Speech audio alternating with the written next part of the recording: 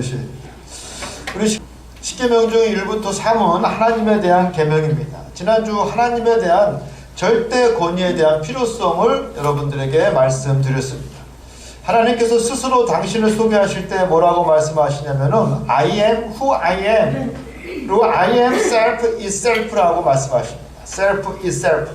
이 말씀은 나는 스스로 존재하는 그 자체, 스스로 존재하는 그 자체라는 말씀입니다. 이 말씀은 누구에 의해서 만들어진 우상과 같은 존재가 아니라 스스로 존재하는, 사람이 만든 것이 아니라 진짜 God, the God, 신으로서 절대 권위를 말씀하시고 계시는 것입니다. 그리고 우상을 만들지 말라는 분명한 하나님의 경고도 우리는 지난주에 다시 되새기지 않았습니까?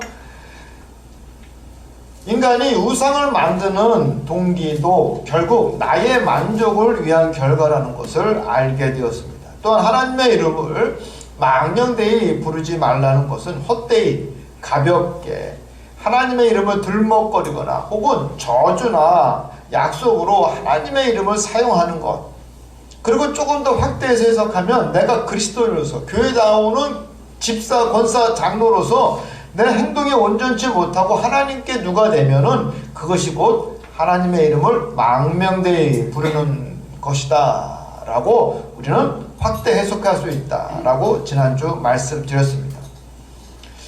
네 번째는 안식일을 기억하여 거룩하게 지키라 라는 말씀입니다.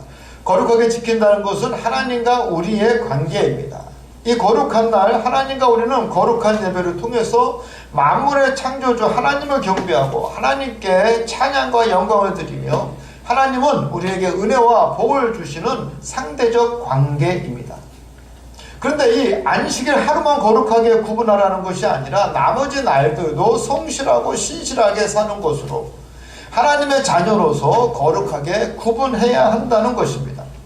내가 그리스도인답게 정직하게 일하며 성실하게 산다는 것은 내 생활의 거룩이요, 또 안식일을 거룩하게 지킨다는 것은 보다 적극적 의미의 종교적 거룩이라고 볼 수 있습니다. 우리가 의문을 갖고 있는 것 중에 하나가 안식일이 주일로 바뀌게 된 이유가 무엇이냐? 여러분, 단순하고 명료하고 확실합니다. 왜? 주님께서 안식 후 첫날 부활하셨기 때문입니다. 그래서 우리 그리스도인들은 안식일이 아니라 주님께서 부활하신 그날을 기념해서 그날에 하나님 앞에 예배를 드리고 있습니다. 성자 하나님이신 예수님께서 부활하셨다라는 것은 새로운 구원의 질서를 세우셨다라는 것입니다. 그날을 기억하며 또 기념하면서 예배를 드리는 것은 당연합니다. 주일 예배를 드리는 것이나 안식일에 예배를 드리는 것이나 성경적 의미는 동일합니다. 그러나 우리가 가만히 생각을 해보면은 이전에 율법에 따라서 우리가 의롭다함을 받을 수 있다라고 하는 그 실험은 실패로 끝나지 않았습니까? 이스라엘 백성들은 끊임없이 반복하면서 하나님을 배신했습니다. 율법 그 자체가 사실은 문제가 아니라 이스라엘 백성들은 하나님이 주신 법을 호도하며 자기들끼리 하나님의 법 말고 또 다른 법을 만들어 소위 율법주의라고 하는 구조를 만들어냈습니다. 오늘날 우리도 소위 악법이라는 것을 만들어서 특정인들만 이득을 보는 그 법을 악용하는 사례를 볼 수 있지 않습니까?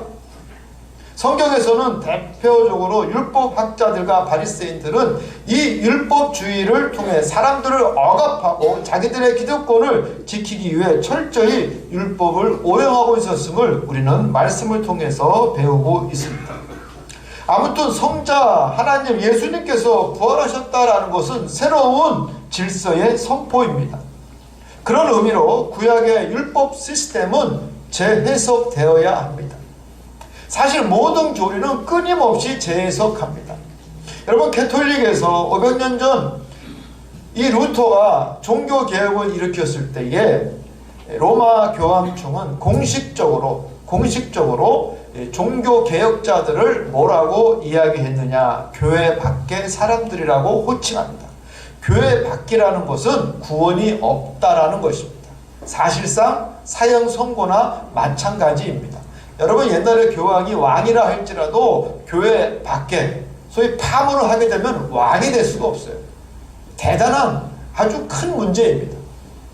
그래서 이 교황은 종교개혁자들을 교회 밖의 사람들이라고 호칭했습니다. 단죄한 거죠. 구원의 여지가 전혀 없다는 것입니다. 그러나 500년이 흐른 후 로마 캐톨릭은 종교개혁을 재해석하면서 개신교를 이제 뭐라고 이야기하느냐? 잃어버린 형제들로 호칭하고 있습니다. 잃어버린 형제들. 바뀌고 있다라는. 따라서 안식일의 구약적 개념보다 성자 예수님의 부활을 더 기념하고 새로운 구원의 질서를 그날로부터 시작하고 이해하고 해석하면서 우리는 주일을 안식일로 지키고 있습니다. 아까도 말씀드렸듯이 이 주일의 성경적 의미는 안식일과 같다라는 것을 우리는 알아야 됩니다. 또 다른 이유는 개신교, 소위 교회의 개신교가 아니라 이 교회의 시작을 언제부터 보느냐. 우리가 사도행전을 보면은 오순절 마가의 다락방에서 성령 강림을 시작으로 바로 그때부터 교회의 시점을 우리는 계산하고 있습니다. 그런데 이 오순절은 안식 후 바로 첫날입니다.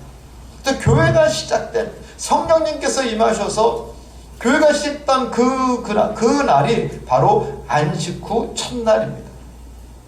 성자 하나님의 날, 그 예수님의 부활을 기념하는 바로 그날에 하나님의 뜻과 섭리가 있는데 인간들이 문자적으로 이해하고 하나님의 뜻을 받아들일 수 없다는 이들이 바로 이단의 특징입니다. 정말 그들이 안식일을 잘 지키느냐? 제가 미국에 있을 때 여러분 베버리 힐스 쪽에 가면은 유대인 마을이 있어요. 그러면 토요일이면 그들은 다 캡을 쓰고 유대인 복장을 하고 다 걸어서 그 사람들은 다 밀리언원, 백만장자인데 다 걸어서 회당으로 갑니다. 차 안 탑니다. 안식일에는 차 안 탑니다. 그리고 여러분 토요일이면 대목이에요. 큰 대목인데 유대인들이 직접 하는 가게는 문 다 닫습니다. 다 닫아요. 근데 여러분 하나님의 교회, 이단이라고 하는 사람들, 안식일 교회 사람들 그렇습니까? 정말로 진실한 의미로 성경적 의미로 안식일을 지킵니까? 아니에요. 구호만 그래요. 껍데기만. 여러분 심지어 유대인들은요 처음 이 규례를 문자적으로 적용시켜서 마카비 시대에, 이 마카비 시대는 예수님이 오시기 바로 200년 전쯤의 시대입니다. 그 시대에 심지어 외적이 다른 나라가 공격을 했어도 그날은 안식일이기 때문에 우리는 칼을 들어서는 안 된다라는 규정으로 몰살당합니다. 무슨 말씀인지 아시겠어요? 안식일에는 전쟁할 수 없다 그래서 몰살당합니다. 여러분 그럴 수 있습니까? 이게 안식일이에요. 문자적 해석의 안식일이에요. 그러나 우리 예수님께서는 우리 신약 성경을 보면은 이러한 안식일의 규례에도 불구하고 그러니까 이게 소위 안식일이 악법이 되었다라는 거예요. 유대인들이 법 해석과 적용을 엉뚱하게 문자적으로 고집하고 소위 교조적으로 이해하면서 그 안식일이 사람을 위한 안식일이 아니라 결국 누구를 위한 안식일이냐? 기득권자들을 위한 안식일로 변질되고 타락되었다라는 것입니다.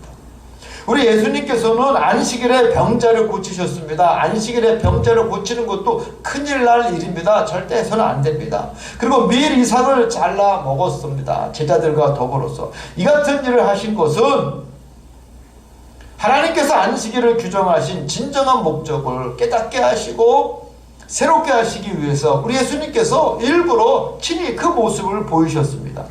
즉 안식일은 세속적인 일은 쉬고 오직 거룩한 생활에 힘쓰도록 하는데 그 목적이 있는 것이지 결코 선한 일조차 금하거나 기본적인 식생활을 해결하는 것조차 금하는데 그 목적이 있다는 것이 아니라는 것을 우리 예수님은 친히 보여주셨습니다. 우리 예수님께서 이미 그때의 형식적인 안식일 제도에 얽매여 있는 사람들을 보면서 사람들을 억압하는 바리새인들과 율법학자들을 공박하시고 안식일은 사람을 위해 있는 것이라고 강조하신 점을 우리는 분명히 기억해야 할 줄 믿습니다. 다섯 번째로 계명이 무엇입니까? 내 부모를 공경하라. 사람에 관한 계명 중 가장 으뜸이 되는 계명이 내 부모를 공경하라. 그리고 약속이 있는 계명이 바로 이 계명입니다. 내 부모를 공경하면은 약속된 땅을 내가 너에게 주리라. 약속이 있는 첫 계명이죠. 여기서 공경하다라고 하는 카베드라고 하는 히라보는 존경하다, 영광되게 하다라는 뜻입니다. 그래서 이 카베드라고 하는 말은 여호와를 경외하다라는 말을 쓸 때도 같이 사용합니다. 따라서 이는 부모를 공경하되 마치 하나님을 경외하듯 섬겨야 한다라는 것을 의미합니다. 그런 의미에서 마틴 루터는 본절에 대한 강해에 부모를 하나님의 대리자까지 이해하고 있습니다. 하나님의 대리자. 부모님은 누구예요? 하나님의 대리자라는 것. 카벳, 부모를 존경하고 영광되게 하다. 부모를 경외하다. 그리고 내게 준 땅을 내가 주리라. 여기서 준다라는 것은 현재 진행형입니다. 나타나니라고 하는 말은 현재 진행형입니다. 여러분 지금도 마찬가지라는 말씀이죠. 우리가 부모를 공경하면은 하나님께서 우리에게 무엇을 주시는 거예요? 복보다 우리 한국 사람들이 제일 좋아하는 게 뭐예요? 땅을 주시리라. 땅.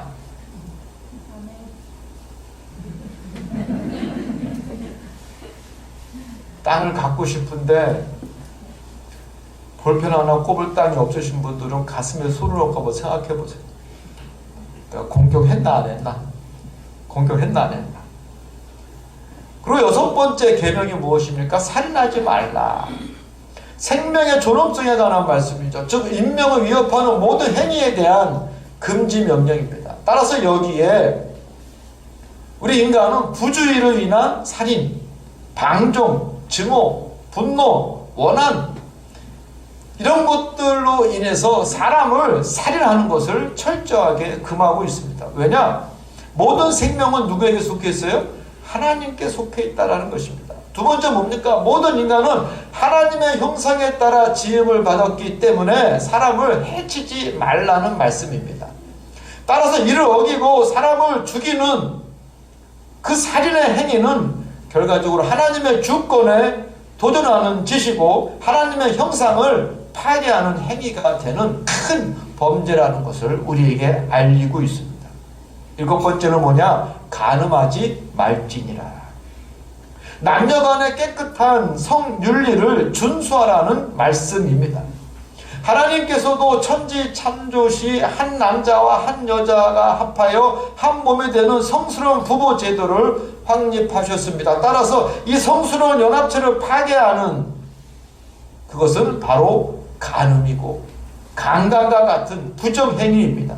따라서 단순한 성범죄 차원을 떠난 신성을 모독하는 중대한 범죄 행위입니다.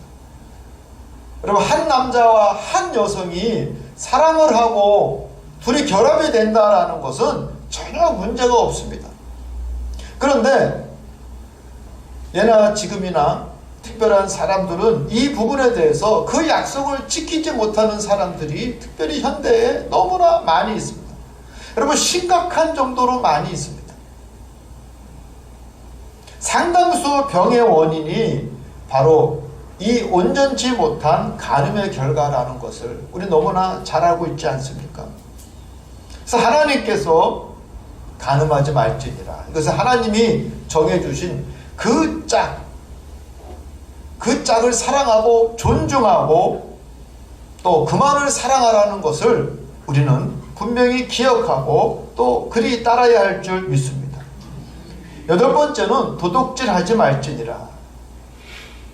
이웃의 재산권 보호와 동시에 재산의 사유권을 인정하고 있는 계명입니다. 재산권과 사유권. 대단히 중요한 사회 경제적 법이죠.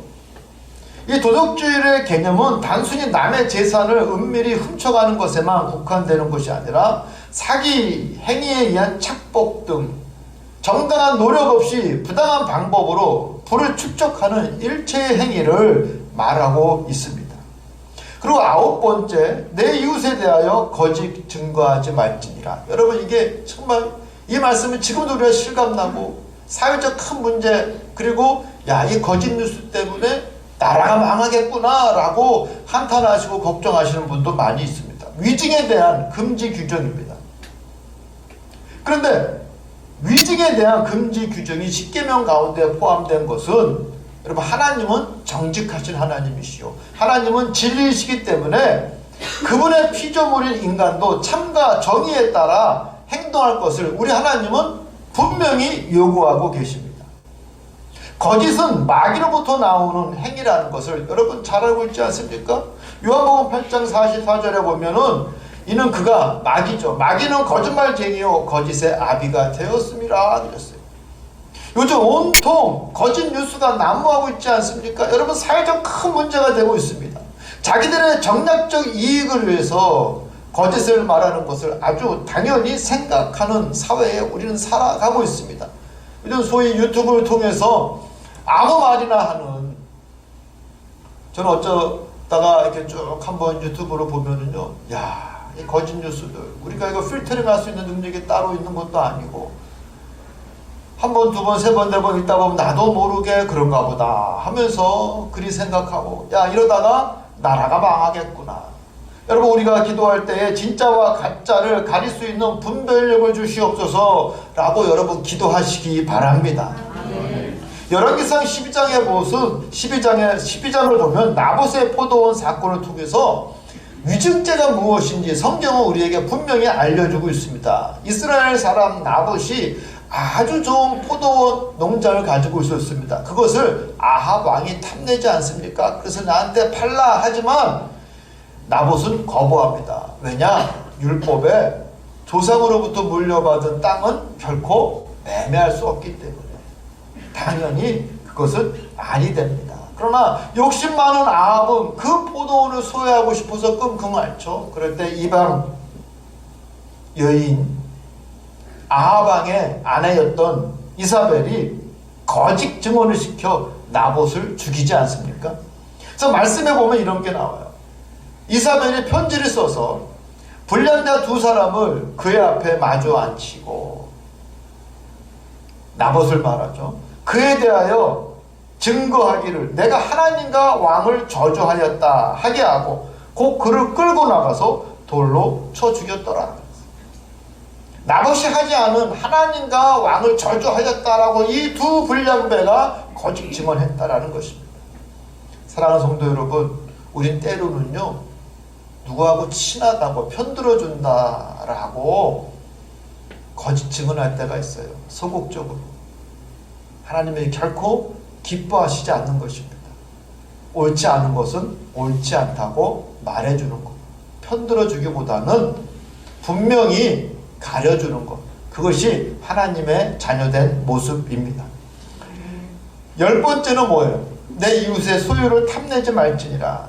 제10계명은 탐심 금지에 관한 계명입니다. 그런데 이 계명이 10계명의 마지막 10번째에 나온 것은 큰 의미가 있습니다. 왜냐하면 탐심은 우상 숭배와 간음, 도덕질 및 모든 죄를 불러일으키는 근원이 되기 때문입니다. 야고보서 1장에 보면 욕심이 잉태한 즉 죄를 낳고 죄가 장성한 즉 사망을 낳느니라 라는 말씀이 있지 않습니까? 정말로 이 탐심은 하나님보다 다른 무엇에 더 사랑한다라고 하는 증거이자 다른 사람을 돌아보고자 하는 마음은 조금도 없이 오직 자기 욕심과 안일함과 자기의 쾌락을 채우려고 하는 극단적인 이기주의의 결정체입니다. 특히 인간의 마음까지 감찰하고 있는 하나님이 계시다고 하는 그 사실 자체도 부인하고 또 멸시하는 사람들의 결정체가 바로 탐심입니다. 사랑하는 성도 여러분, 가만히 손을 얹고 생각해 보면은 나는 사람만 안 죽였지 숱하게 지금도 계명을 어기며 살아가고 있습니다.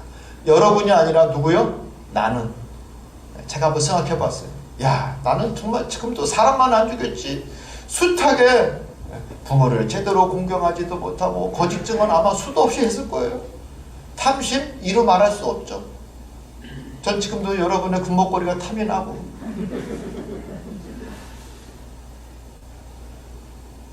이래서 내가 천국 갈 수 있을까?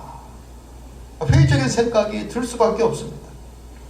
그러나 이제 저나 여러분이나 살아계신 하나님을 두려워하며 가장 기본적인 도리인 이 율법을 지킬 때, 여러분 10계명은 너무 우습게 보지 마십시오.